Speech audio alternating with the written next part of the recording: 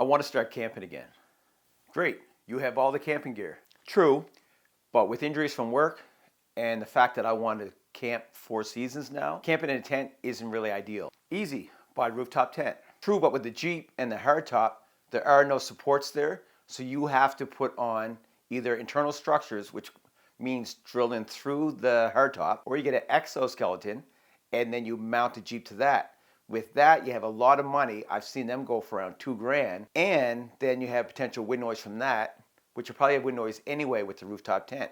Rooftop tent is something I was thinking about, was really excited about with the cost of the tent and the frame. Okay, fair, but how would you put on a utility trailer? And I really like that idea. My thought was utility trailer, build boxes on it, then have storage compartments for like a slide out kitchen, sink, everything, and then have storage compartments where I can put all of our gear in, have a rack, put the rooftop tent on it, you're set up. Now for the 4 season, you would have to have some kind of heat source, run that with a tube in to put into the tent to pipe in your heat. That's a bit of a problem, but the other issue is, one downfall to tent camping is, I've been caught in the rain before, not a big deal until you have to pack up and bring it home. You have to get that tent back out, set it up, dry it again. With a rooftop tent, it isn't as bad because you just open it up. It can open up pretty quick, and then you're set, let it dry. You get a couple of dry days, you can close it up. But that's one thing I'd like to avoid. Okay, how about a Squaredrop? I love the idea of a Squaredrop. Just a sec here. $10,000, $16,000, $40,000. Yeah. Do what? I have another idea. I'm going to build my own. Okay, so you heard that right. I do want to build my own camp trailer, specifically a Squaredrop. Now, like I said, done a lot of research. I really like the idea of a Squaredrop. I don't have to dry the sides. It's going to be hard shell, obviously.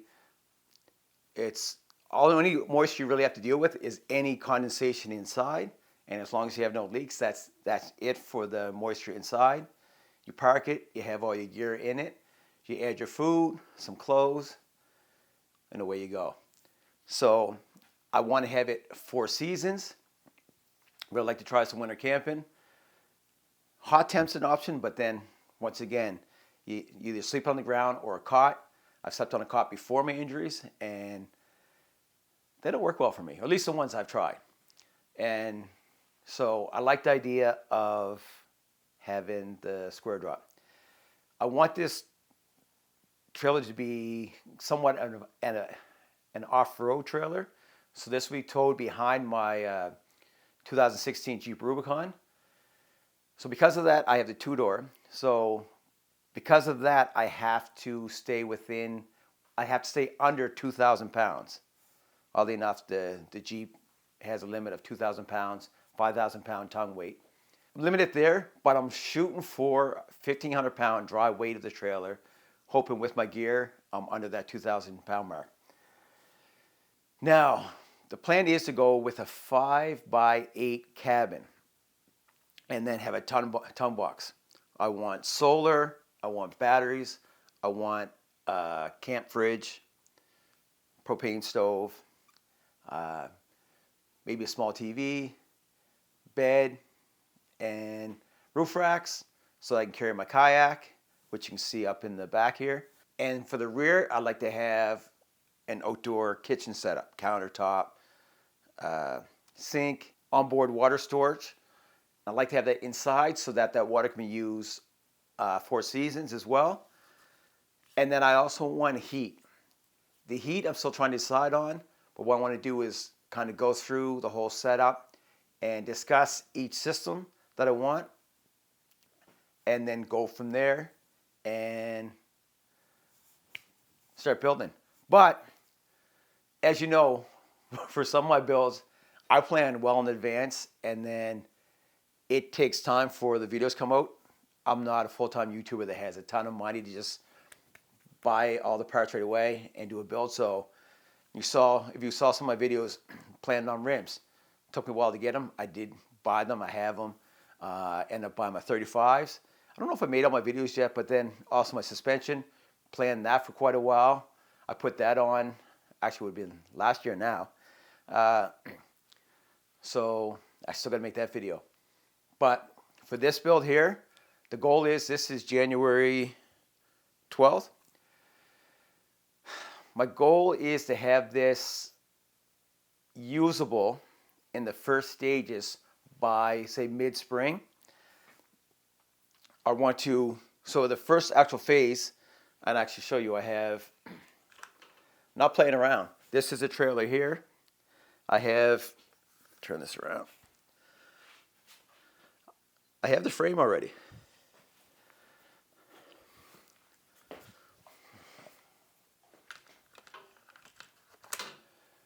Now, the plan was to do this all myself, do all the welding. I have a little bit of experience welding, did some welding in school, a very little before I left. Afterwards, I've done some welding with parts on cars, did a small project welding a mount for a flag to put on my Jeep. I did a welding cart, which video coming to that soon. If you look on my channel, I have a kayak rack that I built that goes in the trailer hitch and goes over the Jeep, so it's not touching the Jeep. I welded all that myself. So my plan was to do the whole thing myself. But a friend said that he has a friend that is a professional welder, Performance Welding, I believe his name is the name of the company. And I told him I kind of want to do it on my own. And I know what welders are worth. And I don't really want to pay all that much money. I don't expect anyone to do it for free. But anyway, he asked his friend to give me a quote. Wasn't looking for any deals. But doing the frame, I was going to need a chop saw. I'd want a metal blade as well. And then also my wire to do the welding. So I knew I was going to have to spend, at least for the cheapest chop saw I can find, new was going to be about $200, $80 to $120 for the steel blade. So I was looking at $300 plus any wire I use and anything else. So, and then I'd have to take the time to try to level on my cracked floor here and get everything straight and level. So if I was close to that price, it didn't have to be that low. If it was close to that, then I was going to do it. So anyway, the price came in around that, about the same cost as it would have been for me buying those tools, everything else. I like to have the tools, kind of getting limited in space though. And he has a nice big table to do it on. Did it quick, so now the frame's done. Frame's level. I checked, it's square, it's flat. I'm extremely happy with his work. So now I can weld the frame. I'm going to do a steel cabin frame, and then we'll talk about everything else that I'm going to do on that as well. So all that welding will be done by me. And with this, the trailer is going to be a 5x8. So this essentially is what I want to build. This would be 5 feet wide, 8 feet long, 4 feet tall. Window on both sides. One will be an emergency exit. I have one man door, 3 foot by about 2 foot. Wheels, going to have a cut angle in the rear for departure angles, and I have a cut in the front to kind of help with the wind. Now, because of this cut here, which will be about a foot, or will be a foot, my trailer only needs to be 5x7, but I kind of forgot that when I first asked him to build the trailer. Then I remembered before he actually built it. So I was going to shorten it and get him to do 5x7. But then I thought about it. I don't want the tongue box to be fully on the A-frame. So I decided to keep the 5x8. I'll have it set back a foot.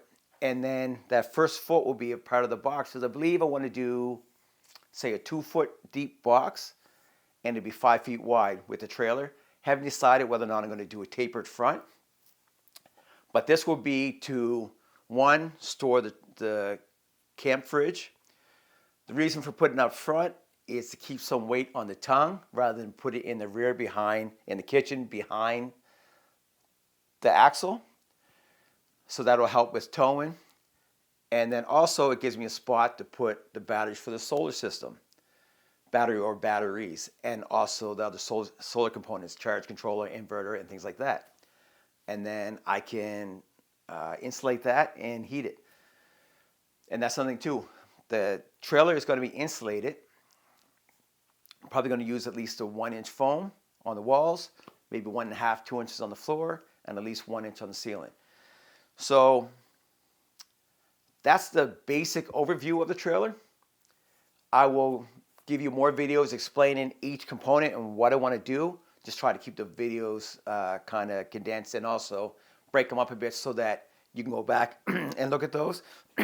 Some of this will happen fairly quick because I need to get parts ordered.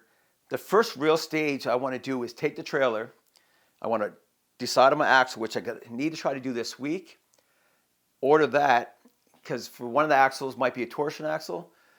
That's a week build time before it's sent out. So, and I want to get started on this right away. So I'd like to get the axle welded on. I'm going to do that. I'll mount brackets to put the lights on because I want the lights in the trailer box so they're up probably halfway up the box so they're off the ground by about 3 feet or so. So they're easier for the drivers to see rather than to be a foot or so off the ground. So I'll make temporary brackets for that. I'll weld in more bracing for the floor system I'm going to put in, and basically go get it registered.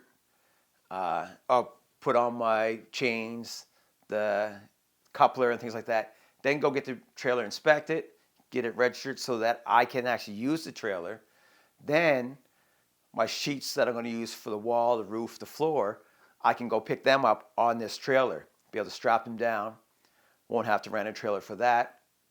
So I'll also need to order my tires, decide on that, my fenders, get that all set up. And then the next stage after that is to build my cabin, put the walls on, the floor, ceiling, and probably do the box. Like to have all that done, insulation, interior walls done, and then hopefully mid-spring it can be used. After that, I'll start going in, as the money allows, look at potentially heating system, obviously the solar, the batteries, the camp fridge, all that. So I'm really excited about this. I hope you are as well. So if you are, love it if you subscribe. Keep checking for new videos on this. I'll have more coming soon. And I'll also have videos on one of my other channels to kind of get right down into some of the details, kind of break it down to just be more detail oriented. I'm kind of going to vlog the build on this channel. And then also I'll be using it on this channel to go camping after with my wife and I. And hopefully for some friends along the way who are also, some have setups already, some are doing some builds. So I'm excited for it. So thanks a lot, and I'll see you on the next one.